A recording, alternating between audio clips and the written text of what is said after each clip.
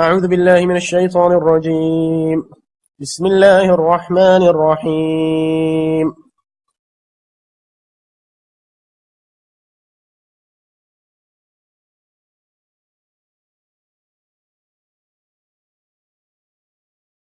Bismillah, wassalatu wassalamu ala Rasulullah. Welcome to day 3 of the conference.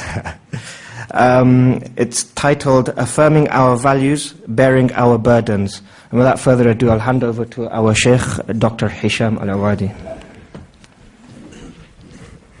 Assalamu alaikum wa rahmatullahi wa barakatuh. Brothers and sisters, today most of the talk will be about Seerah. And my dream is one day to do an album on Seerah Nabawiyyah. I did it in the past. It was recorded by, amateurly done. That was 1995, when some of the youngest people were not born, perhaps. I cherish it a lot. I've been courting Seerah for many years, sometimes through the 4 great Imams, children around the Prophet, women around the Prophet, but never the Prophet Sallallahu Alaihi Wasallam. And I told you about my old passion with the Prophet ﷺ. So this is my dream. And perhaps today I want to accomplish a small bit of it and talk about Seerah. But as always, I do not talk about things in a narrated way in a chronological order, unless it's a Seerah, full course on a Seerah, which I will begin with Mecca and then end with Medina. But I give it titles, and bring from the Seerah what serves that title in accordance with the main theme of the talk, affirming our values and accepting something to do with burdens. And to me, again, this dichotomy between maintaining my value yet accepting responsibility, mixing with people, enduring their pain and their agony. Maintain my value. I allow you to smoke, but not on the site of the conference.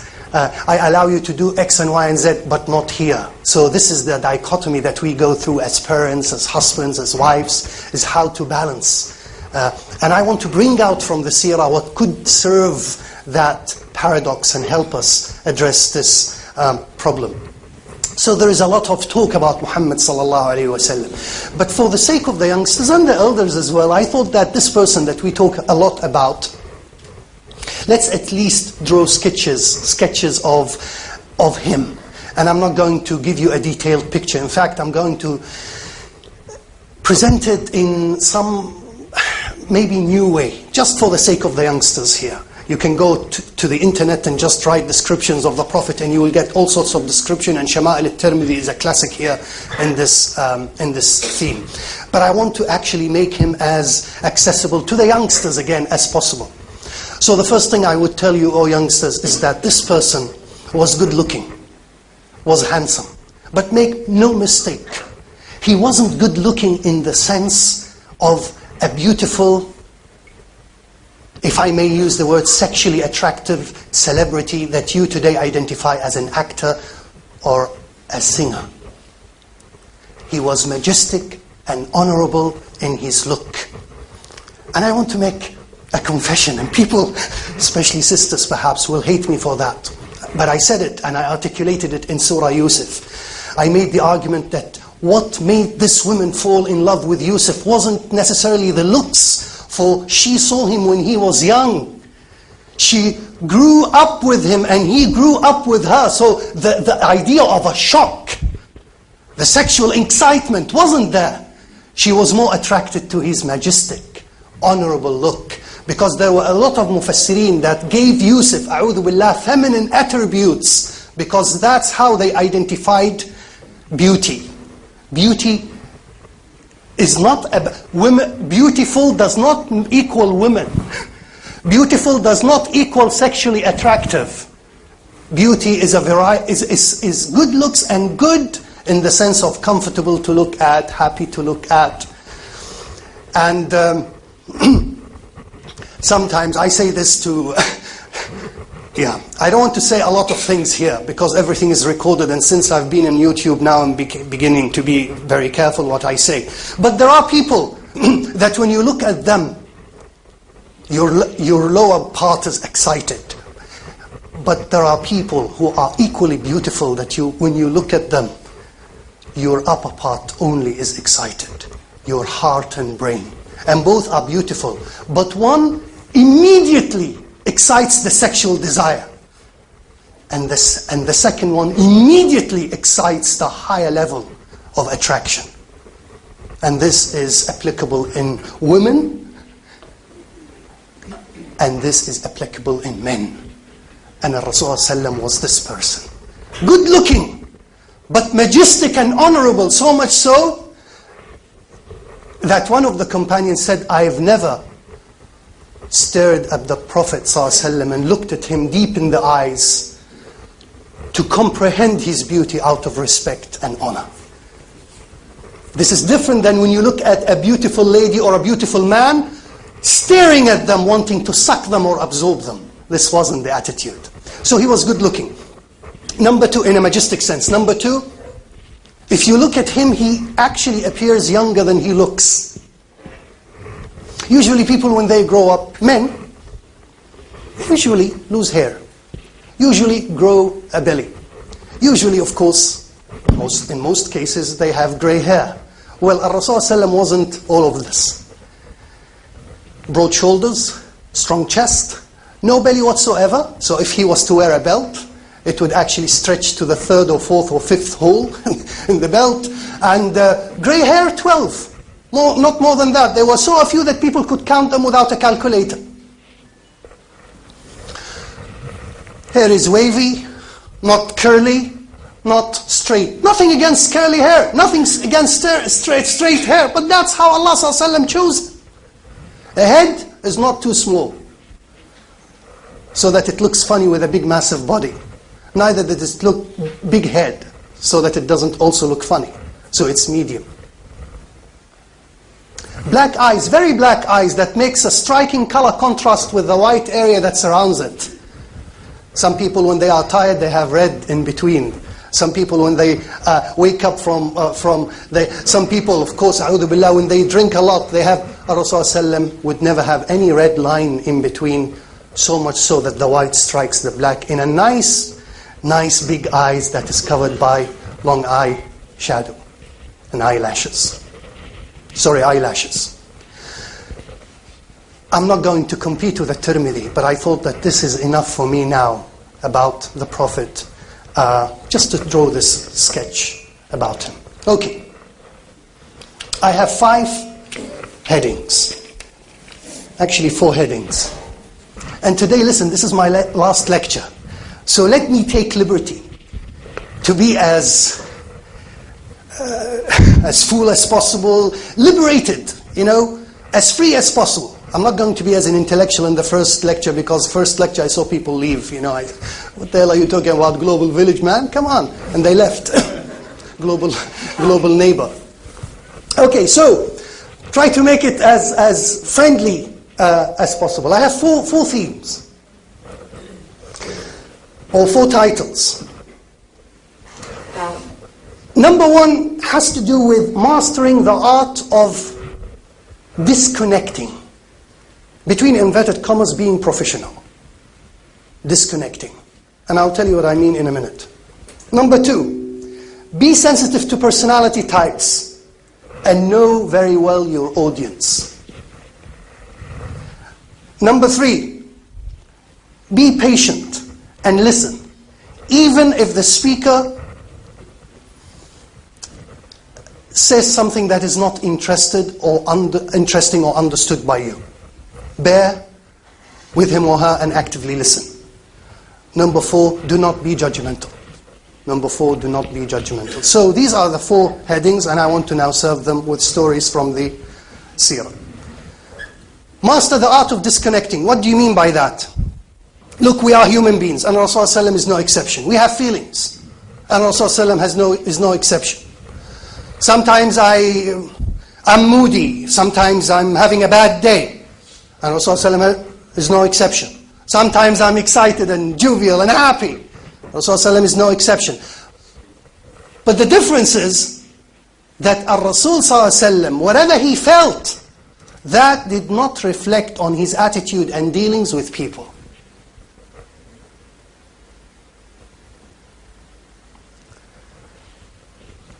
When Ar-Rasul ﷺ was in Mecca, looking for the tribes that would protect him and offer him protection, he would go on an annual basis for more than 3 or 4 years to meet as many tribes as possible. In the seerah they enumerate, they give you a long list of the tribes that he has met, on a level of tribe heads or individuals belonging to that tribe. And they are over 15 or 20 tribes that he had met along the 3-4 years that on an annual basis he would go. And I would like you to imagine, with your camera, imagine him going to the place, the pilgrimage, where the wufud, the qaba'il are situated in Arafah, etc. And then, no. Of course, they wouldn't say no. One would say, you must be joking. Another say, you are crazy, you are a lunatic, etc., etc. And then he goes and waits for another 12 months and then goes back, etc. Imagine that. But I want to tell you that during that period, what was happening to him in his life? 3 massive calamities. On a personal level, he lost his wife Khadija. On an external level, he lost his uncle. So much so that the year was called the year of sorrow or sadness, Aam al-Huzn. And the third, which to me, and I say to me, and I will tell you why in a minute, is the most important, is that he was approaching the tribes while back home he was under economic sanction. So the moment he was speaking to the tribes, perhaps he was fasting. Not because it was Ramadan, but because he had nothing to eat, because he could not find anything to eat. Brothers and sisters, how many husbands, I am included, go to the house expecting dinner, and for whatever reason, dinner wasn't ready, and he had lunch, and he had breakfast, and he was on the brink of divorcing his wife because the dinner wasn't made. It's cooked, but she's taking her time. She's actually cleaning the chicken and slaughtering it, but she's taking her time. It will be ready within perhaps 5 minutes or 2 hours. But he can't wait. Ar-Rasul ﷺ would climb on the mountains, and the tribes would be situated on the mountains in Jabal Arafah, waiting. And he will climb the mountain and speak to the tribes about Islam, negotiate, persuade, explain, talk. While if you have a microphone close to his stomach, it's empty. He's thirsty. He's tired. He lost his wife. He lost his uncle. Abu Lahab is behind him saying he's a liar. Abu Jahl is behind him saying he's crazy. But he was able to master the art of disconnecting and being, if I may use the word, prophetically professional. Today, the culture of being professional is taught and educated. And you know that. People give you training in customer service, customer sales, marketing, sales, managers, parents, husbands, wives. We all need to be professional. Not just because we are paid, but because this is how the Prophet ﷺ was. And when you say follow the Quran and Sunnah, okay, follow that. Including myself. Be professional in the way that you deal with people. Sometimes when I'm happy, my wife comes and says to me, oh, you are happy today, you're in a good mood, give me something, give me money, let's go out, da, da, da, da. Oh, you are in a bad mood, no, I'm not going to speak to you. Rasulullah wasn't like that. Aisha would make as many mistakes as possible without her being sensitive, whether today Rasulullah was in a good mood or in a bad mood, because he's always in a good mood. That doesn't mean that he doesn't feel, he has no feelings, but his feelings do not spill over into his social relations with his daughter's wife or with even the mushriks and the kuffar. When he went to At-Ta'if, and Brother Shabir spoke about him being bleeding, so much so that the Mufassirin say that the blood glued his feet to the very shoes that he was wearing. And this, you see it sometimes when someone bleeds, becomes sticky. So much that's Zayd ibn Haritha, he's the one that's telling us, because he was with him. And as the brother said, the angels came, shall I actually destroy the mountains? No, leave them alone. And then he sits.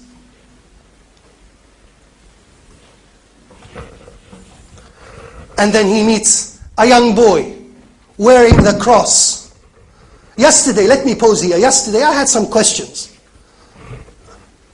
What's the verdict on pigs, delivering meal on pigs, etc.? I've never seen a pig. I've never delivered the pig. I don't know anything about pigs, except in the cartoon.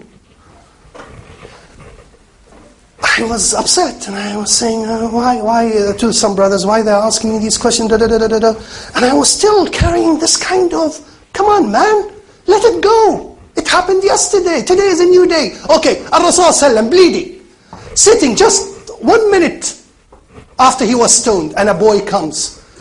He would say, what's your name? Addas. What's happening with those people, Addas? How are you able to deal with them, live with them? You're a Christian, just leave this place. Look what they did to me. That didn't happen. Disconnect. A new page, a new day, a new experience, a new position, a new event, a new hope, a new opportunity, a new promise. A potential person that I hope I could change, even if he was a young boy, and he will not be able to bring me protection. He's not in the mission and vision statement. My mission and vision is just to focus on the potentially Arabs who could co-opt and protect. Who is this? Yet, what's your name? My name is Addas. Where are you from?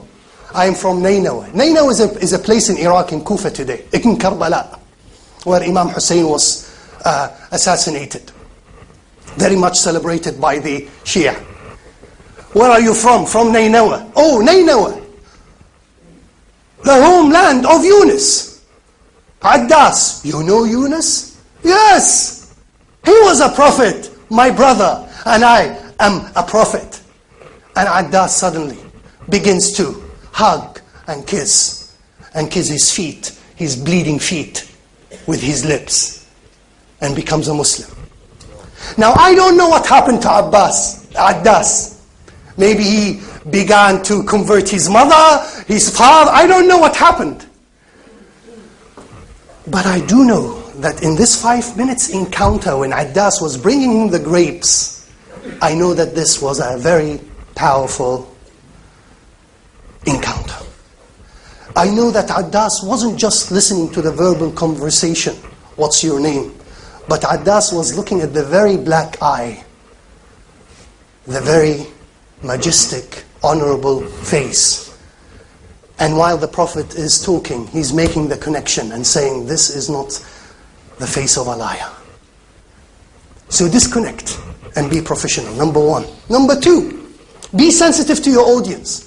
Be sensitive to personality types. Brothers and sisters, I challenge you, and I know what I'm talking about. A lot of you do not know what is your personality. What is the personality type? And there are a lot of tests that people can make and do, and they are available on the internet. Some of them are sold. A most famous one is the Myers test, and some people take 3, 4, sometimes 2 weeks training just to be experts in this test. And it simply sketches your personality. Are you expressive? Are you analytical? Are you social? Are you a leader? And it doesn't mean that you can't be any of those, but what it means is that you are of a dominant type. That's your comfort zone. When you are in a crisis or when you are hungry, you become the crazy type. But comfort zone, you are the leader type. So a lot of us do not know personality type, our personality. Not to mention the wife's personality. Not to mention the father's personality. Not to mention the sister's personality.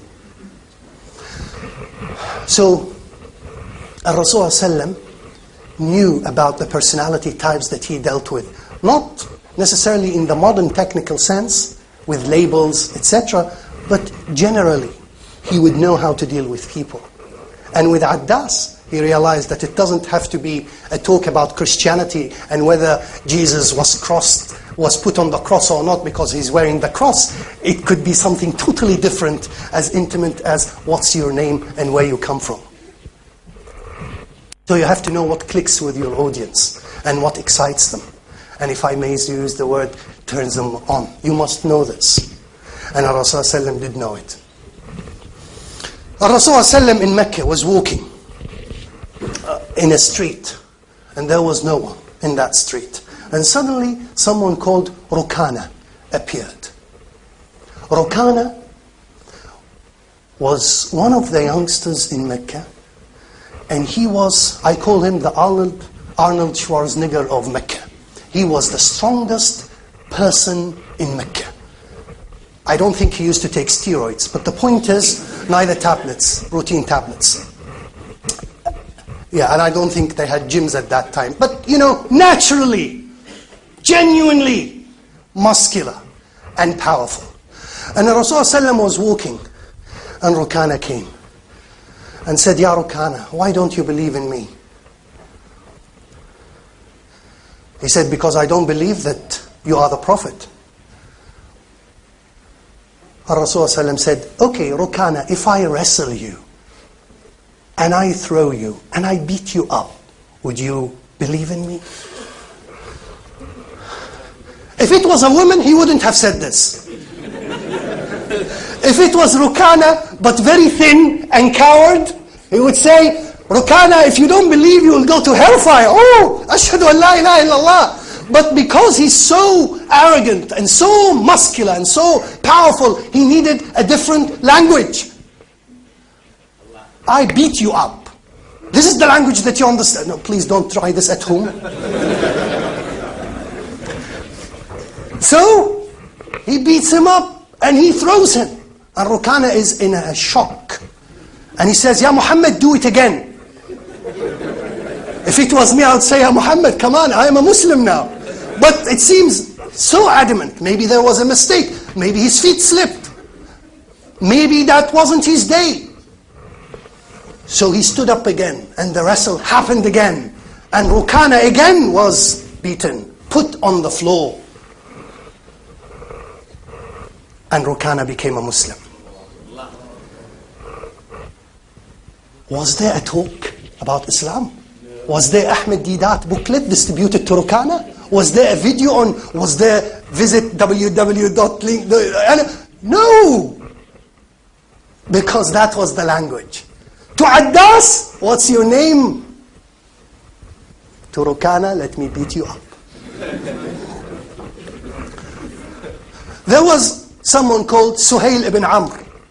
Suhail ibn Amr, if you saw the message, was this person that negotiated the Treaty of Hudaybiyah with Ar-Rasul Sallallahu Alaihi Wasallam. And amazingly, he's the only actor that came with a British accent in the movie, as if, the British have this legacy of being, diplomatic, somehow cunning. I don't know. But he comes in the movie, Ya Muhammad, right? No, we don't accept that you are the Prophet, Right, Muhammad ibn Abdullah. So it's amazing. I like this scene. And he has this beautiful goatee beard that, Anyway, so the point is that Suhail ibn Amr was known to be a diplomat. And Mustafa al-Aqad, the director of the movie, knew that. Suhail ibn Amr also was a very eloquent speaker.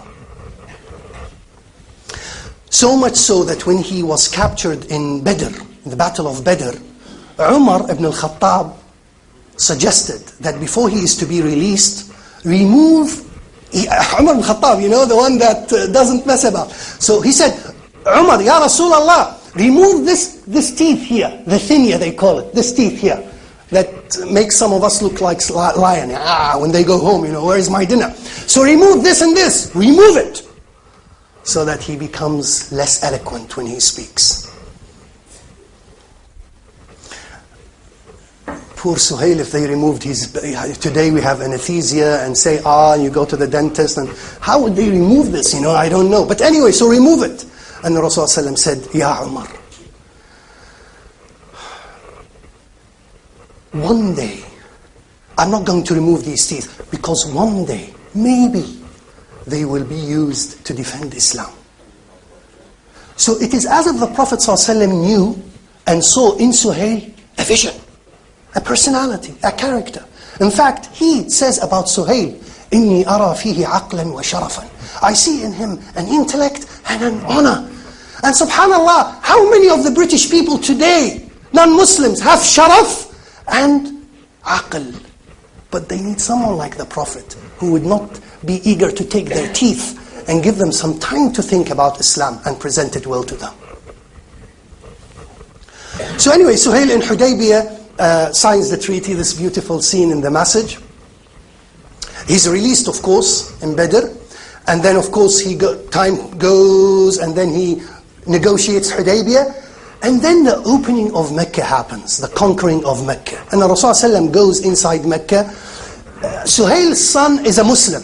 So Suhail goes to his son and says, my son, tell the Prophet to spare me and give me aman. I just don't want to be killed. He wasn't talking about becoming a Muslim. He was just saying, speak to Muhammad to give me the aman. So his son went and said, Ya Rasulullah, my father is asking for aman, for pardoning, for protection, for safety. Otherwise, they used to leave Mecca, running away. And there were some mushriks that actually ran away, immigrated. So he said, okay, I give him the aman, let him stay in his house, not to leave it. So he was more or less technically under house arrest. But still the Prophet sees in him a potential person. Now, the Prophet ﷺ went after that to the Battle of Hunayn, after the opening of Mecca. Prophet Muhammad ﷺ doesn't usually take mushriks with him in the army, for whatever reason. I think mostly security reason. But he made an exception for Suhail. And I will tell you why in a minute. But just let me tell you now that he decided to take Suhail with him in the army. And Suhail went with the Prophet, non-Muslim, mushrik, just to witness the Battle of Hunayn.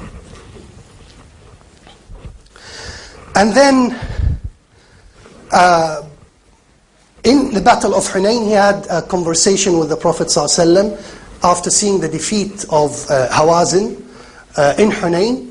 He felt that, khalas, if Hawazin is gone, if Mecca is gone, what has remained? And incidentally, this was the thing that was going on in the minds of Amr ibn al-As, Khalid ibn Walid, those people, the top people, that their mind, they knew about Islam, but only, arrogance and waiting and seeing and judging things and how things will go. They reached the point that, khalas, it's a matter of time before Rasulullah dominates Al-Jazeera Al-Arabiya, their entire Arabian Peninsula. So Suhail at that time, when he saw all this massive defeat of Hawazin, he became a Muslim. Now, a minute after that, when he became a Muslim, he was looking at a valley, that this valley was full of sheep and goat. You call it full of dollars, you call it full of gold, you call it full of whatever you value today in the 21st century. But to him, Suhail, that's what they valued in the 7th century. Goats, camels, sheep. Al-Rasul ﷺ, look at the word, be aware of your audience, looked at him and said, أَتُعْجِبُكَ يَا Suhail? Do you like it, Suhail? What can I say? What can I say? So he didn't say, what can I say? I'm saying, what can I say? Because I'm imagining he was speaking to me. I would say, Ya Rasulullah, goats, maybe not. Maybe Rolex watches, 50 and Omega, and maybe, I don't know, or a car, or, a paid mortgage house, whatever excites you, I don't know. But Suhail said, yes, I would like it.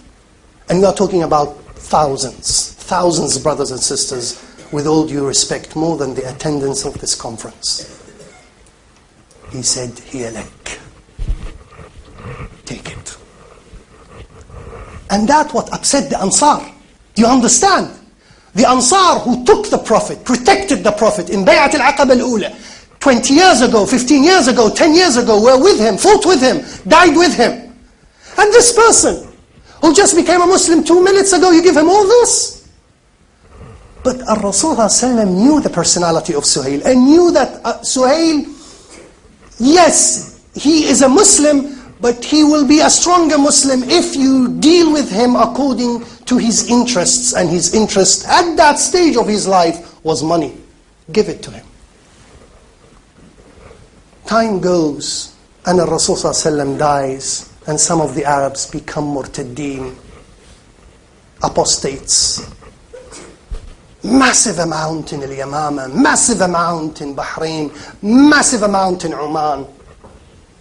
And Khalid ibn al-Walid, on a mission, goes to fight. And with his same thing that Umar ibn al-Khattab wanted in Badr to remove, Suhail ibn Amr stood and gave a wonderful speech that converted a lot of people to Islam. And Umar heard it and remembered the conversation back then in Badr. That's the story of Suhail's Islam. I was reading a book called The Art of Persuasion. I went to this charity shop and saw it. Massive book, 50p. I felt delighted. I must read it. I bought it. I was upset the following day when I came to see that there were 50 copies of it. Each copy was for 10p. Anyway, that's the art of persuasion. Yeah, they misled me. They say, anyway. So the point is that in this book, the lady, the author, narrates how to persuade people. And she mentions this woman that was a manager in a company, and how they wanted to propose a proposal to her, but she was, especially, she had, a very bad attitude towards men. I don't know why.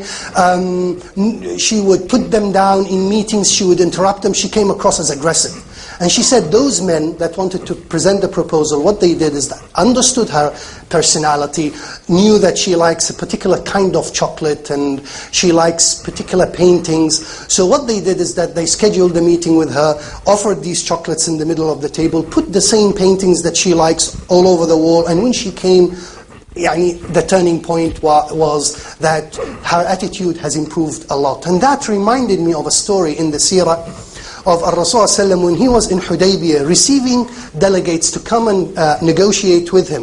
Before Suhail, actually. Suhail was the last one that signed the treaty. Before that, there was someone called Al-Hulays.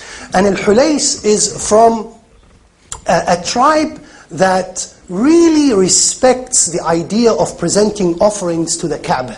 And he could not see how people that came to provide offering to the Kaaba and make Umrah could be labeled as Al-Qaeda or terrorists. He could not understand that. He could not reconcile that. So when he came to negotiate with the Rasul ﷺ from a distance saw him.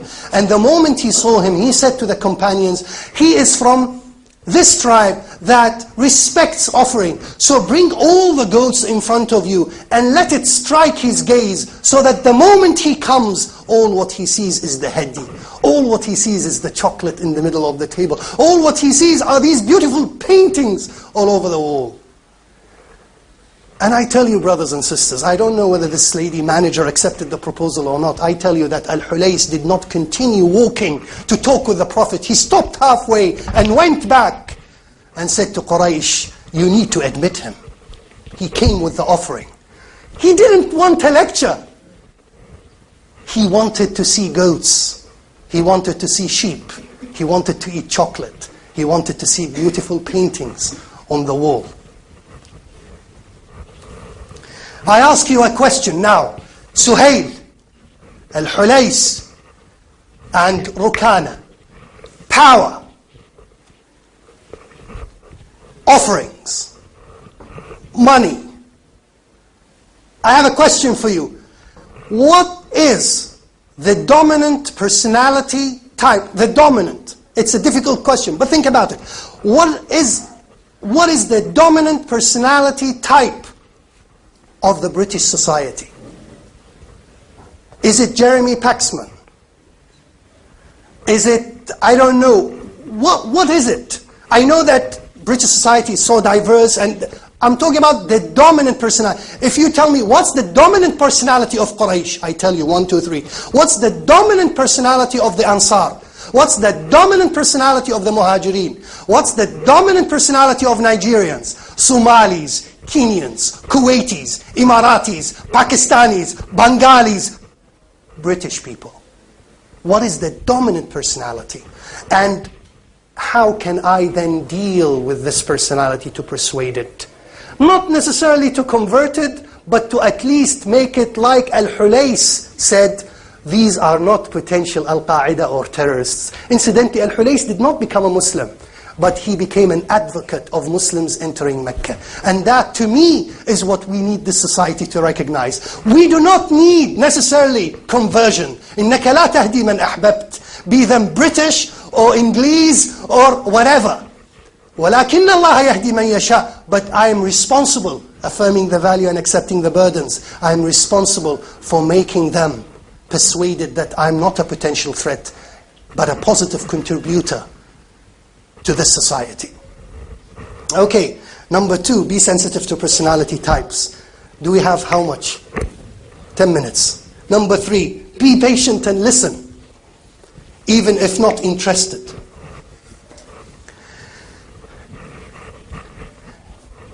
I have a lot of discussions with my wife, for example, and she comes and tells a story, and I must interrupt 60 times. First of all, is this a true story or not? Secondly, who said it? From where? That's stupid. How come? If I was him or her, I would say this, this, this. Now, Aisha comes to Rasulullah and says, Ya Rasulullah, I'm going to narrate to you a story of 11 women. Wow, 11 women. If it was me, I would say, let's do them in 3 parts. Every day, 3 stories. 11 women? I'll be dead by then. 11 women who came together to discuss their husbands. What a waste of time. You know, in the men's world, look, if you enjoy this topic, you have to lobby him to give me more minutes. I'm sorry. In the men's world, men do not usually talk about their wives to other men. So, Assalamu alaikum brother, wa alaikum assalam. How are you? I am fine, alhamdulillah. How is family? How is the children? But don't come close to not to mention discussing it. But in the women's world, it's totally different. They go to the toilet together, they do makeup together, they dress together, they talk about intimate things together, and usually it's about their husbands. So those 11 men came together and to talk about their husbands. And listen. Okay. Listen to the talk that is uninterrupted, uncensored, to give this lady, honorable girl, who was perhaps a teenager at that time, Aisha, to talk as much as she talked without telling her, you have only 10 minutes. No, I'm sorry. So, the point is, she says, 11 women came together. Look at what every woman, subhanallah, and you can tell that 99% of the women are suffering and complaining from their husband. But it's interesting how each one is articulating that. The first one says, my husband is unapproachable. He doesn't listen, and if I speak, he puts me down. That sounds familiar.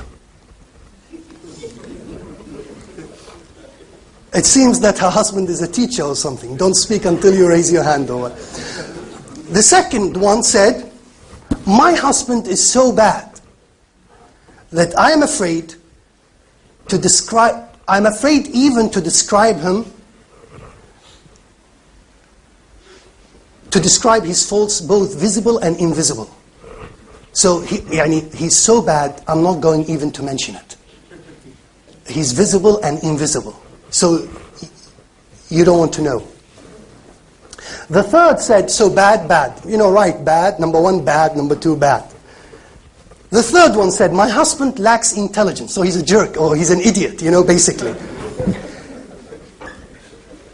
If I express my feelings about him, he would divorce me. But he's not with us here. No, still he might be bugging the room or something. You might be his other wife or something. It happened in the past. So, Actually, it happened, a true story, that a lady was having a best friend and saying to her how her husband was bad. And the lady was saying, no, but he's not that bad. And whenever she's accusing, the other one is defending. It appeared that she is his second wife. Anyway, so my husband lacks intelligence. Okay. The fourth one, so bad, or idiot. The fourth one said, yeah, that's a bit romantic. He's not too cold, not too hot. Which doesn't say much anyway. Neither there is any fear of him or grief. So he's, I said he's safe, He's okay. He's neutral. It is as if he doesn't exist really. The fifth one said, my husband is like a leopard. Like Ringo. Have you seen Ringo? Anyway, he's like a leopard, or Rango. He's like a leopard as he enters the house. And behaves like a lion when he gets out of the house. And this is, I think, the majority of us, right? Goes to the house, Assalamu alaikum. Any food today? It's okay if there is no food, we can order pizza. Home delivery, I'll pay. And he goes out, Assalamu alaikum brothers, let's do jihad. This kind of attitude. But we don't like that, but they like it. So actually, right next to it, good. I mean, women like that, Oh, he's so nice, he's so romantic. She wouldn't say he's so coward, she wouldn't say that. And behaves like a lion when he gets out, and he doesn't ask about that which he leaves in the house. And I like this actually, as a person, that when you give money, you don't say, oh, I gave you 5, 10, 100 pounds, what do you do with it? I'm not saying it's not your right, but this person, she's saying he's so kind. He's so malleable. He's so soft. He's like a plasticine, in a nice way. I've actually done a bad image of him, but he is good. So write good next to him. The sixth one. She says, so far as my husband is concerned, he eats that's a really good one. He eats so much that nothing is left back. And when he drinks that no drop is left behind. He reminds me of Ya'juj and Ma'juj. Ya'juj and Ma'juj. One of the signs is that they drink all the rivers, and the next one from Ya'juj will come and say, oh, there was water here. But it was all drunk. So it's like him. They bring him the chicken, he eats it all. And then he says, you take the rest, and the rest is an empty plate. So she's saying that. And I like this one as well, because this is how... look at that. When he lies down, he wraps his body with the blanket. So he doesn't even allow her it's okay if he does this in Jima's conference because it's hot anyway. But she's implying something else, that there is no physical contact. So he's not just selfish, but he's, again, an idiot, I think. He's selfish, he doesn't care about others. Politely put, he's emotionally, he's not emotionally intelligent, or he's an idiot. That's yeah. The eighth one said, my husband is sweet. This one is nice. She's a nice lady. I think she's an artist or something. She says, my husband is sweet as a smelling plant, and as soft as the softness of the hair, an animal. At that time, the eighth person, I would stop and say to my wife, let's continue tomorrow. I have a meeting now. I need to. Oh, the eighth person, and I think that I'm like him. I'm the sweet person. Don't you imply that? Now let's stop it now. Let's do something else. Go and cook. But the Rasul is listening and listening and listening, and she goes on and on and on. Of course, she comes to the 11th, and we have to now skip number 9 and 10 and go to the 11th. The 11th said, my husband is Abu Zur'a. And this is the only husband that names her, the only wife that names her husband. And that is really a sign of love.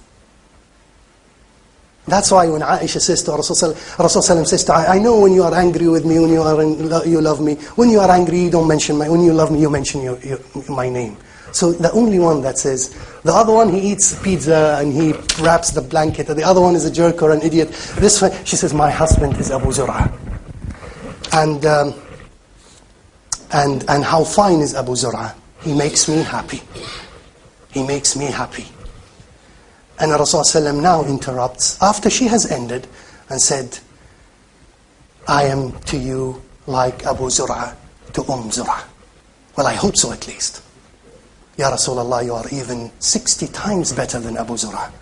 But that's the least he could say as a way of concluding this story, that we don't know whether it's true or fictitious, whether it happened by 11 Muslims or 11 non-Muslims. All what we know is that she spoke and he listened. Okay, I just want to end. Really? Another? The fourth and final point. Don't be judgmental. Don't judge people.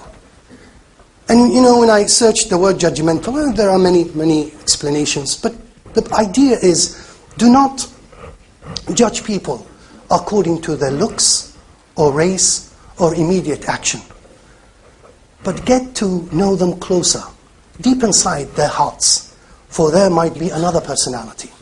There potentially might be another human being, that in that particular interest, particular instance, his action didn't serve his personality. His looks didn't reflect his true essence. So don't judge people superficially. And this, I saw it on many occasions. Really, on many occasions in the life of the Prophet ﷺ. But I just want to actually mention two. The idea of being non-judgmental, one of the things, and this is very important to parents and husbands and wives, is that it makes you approachable. You know, the literature about parenting is that when you want your children to have access to you, the biggest gate to accessibility is that they feel that you are non-judgmental. So imagine a girl comes to you and say, I know this will sound extremist, will sound shocking. I'm seeing this boy. I'm dating this boy. I'm seeing that. She didn't say necessarily that something happened, but she's seeing that boy, and so today we live in a world that really, you can shout as much as you want. You can become angry you can give lectures as much as I give my daughters lectures. You know, they go like this, or no, they don't go, but you know, they have their way to switch off, and you can tell. You can see the eyes going left or right in neuro-linguistic programming. It means I don't give a damn what you're saying. You know, you feel that. You read it in their facial expression. So being approachable doesn't mean that you are lenient. Doesn't mean that everything goes, but it means that you are willing to listen. So that, what to my mind, this made this boy come to Rasulullah and said, Ya Rasulullah, allow me to fornicate. So in our terms, he's ready. Maybe the girl is available. Maybe he has seen her. All what remains is that you give me permission, and I will do it. And the Rasulullah at that time would be very approachable in the sense that he will converse with the boy. The point is that when he converses with the boy, he, again, know your audience. He would say, would you like it for your sister? Would you like it for your mother? I don't recommend that today we use that only. Because we might reach a stage, 50, 60, maybe now, but 50, 60 years, where you say, would you accept it to your sister? And he would say, my sister has already got a boyfriend. So why not? This is a free country. Everyone is free to do. So you need to attune the discourse, the art of persuasion, 50p, then 10, according to the audience. So it might be something else other than, would you like it to your sister? But it worked, it clicked with this Arabian boy because the concept of honor in his society, mushrik or Muslim, was so high. And it really struck him. No, far from it. Then they wouldn't accept it to others, their girls. Today they would accept it to their girls. So that might be a weak argument. But the point is that non-judgmental, he put his hand on his chest and make dua for him. Another question, another story, and this also moves me, and I will conclude with it. The concept of an addict, someone who's addicted. And incidentally, when someone is addicted to something, it's not usually just cracks or heroin or drugs. It's anything that you are so much dependent on it that if you do not fulfill it, withdrawal symptoms and headaches and shivering and all sorts of things begin to happen to you. Okay, that's really addiction. And that, as a phenomena, happened at the time of the Prophet ﷺ with this companion who saw the Prophet, and if he stood today here, he would be better able to describe the Prophet ﷺ, not because like me he read it in Shama'il al-Tirmidhi, but because he saw the Prophet. Yet he was an addict, an alcoholic. And he drank in public, so much so that they caught him, they smelled his mouth, and they could establish that he has consumed alcohol. They took him to the Prophet in the masjid, and the Prophet punished him. Who punished him? Who punished him? The Prophet, who held the whip in his hand and lashed him, if according to the fuqaha, 40 times, the Prophet. And then he would leave with marks on his back. Yet the next thing he would do is go home and drink again. Drink so much that he begins to drink in public, so much that he is caught again, and they would take him again to the masjid and he would be lashed. Who lashes him? The Prophet. He takes his clothes, that's not narrated in the hadith, but I could imagine it, and there are the old scars on his back. Yet he punishes again on the old or new ones, I don't know. But the point is that recently he was lashed, recently he was punished, and the second time is done. The third time, I'm trying to dramatize so that you would say the same thing that this companion said at the third time when he said, "May Allah curse you." How often do they bring you here to be lashed? You don't come here to pray, you come here to be lashed. May Allah curse him. Now I don't know whether this alcoholic heard what this person said, because he left. But I know that Ar-Rasul ﷺ heard it and commented on it and said, "La tal'anhu فَإِنَّهُ يُحِبُّ اللَّهَ وَرَسُولُهُ." Do not curse him, for he, stop here, stop. For he is an alcoholic, for he is an addict, for he is someone that I've lashed him with my hand 3 times, each time 40 times, multiply by 3, 120. He's all that. But he also loves the Prophet. He also loves the person who lashed him. He also loves Allah. He knows that what he's doing is wrong. Help him. I don't know whether the alcoholic heard what the Rasul ﷺ said, but I would say 99% that among the congregation, someone went to that alcoholic and said to him, "By the way, Ar-Rasul ﷺ said, you love Allah, you love Ar-Rasul. Brother, there is hope. There is hope." And I want to say something, brothers and sisters. An addict is someone who lost trust in himself, who lost confidence in himself, who lost confidence in people around him supporting him. When someone comes and says, "I heard Ar-Rasul ﷺ says that he loves you." Loves you. You see, this is a companion. This is not Ar-Rabi' ibn Khuthaym that I spoke about yesterday, that Abdullah ibn Mas'ud says, "لَوْ رَآكَ لَأَحَبَّكَ." No, he is saying to him, you love Allah, you love Ar-Rasul. And because of that, Ar-Rasul ﷺ is opening the door for you to repent, believing that this love will always make you a potential person to repent and to change.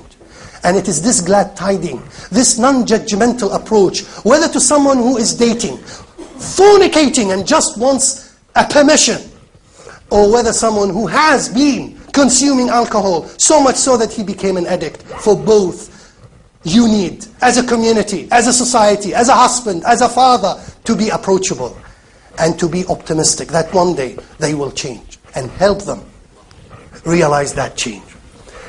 I had a wonderful time with you. I took my time, Brother Uthman, and I apologize. But brothers and sisters, if anything, I love the seerah. I love it not because I am a Muslim and this is my prophet, it's emotional, it's sentimental. I do believe that if we can read it with a new eye, with a 21st century eye, not to twist it or tweak it, far from it, but to give it a new dimension, to extrapolate it, to make it more meaningful, particularly to the young people. I believe it inspires me, and I hope that it has done the same for you as well. قولوا قولي هذا واستغفر الله لي ولكم فاستغفروه إنه هو الغفور الرحيم.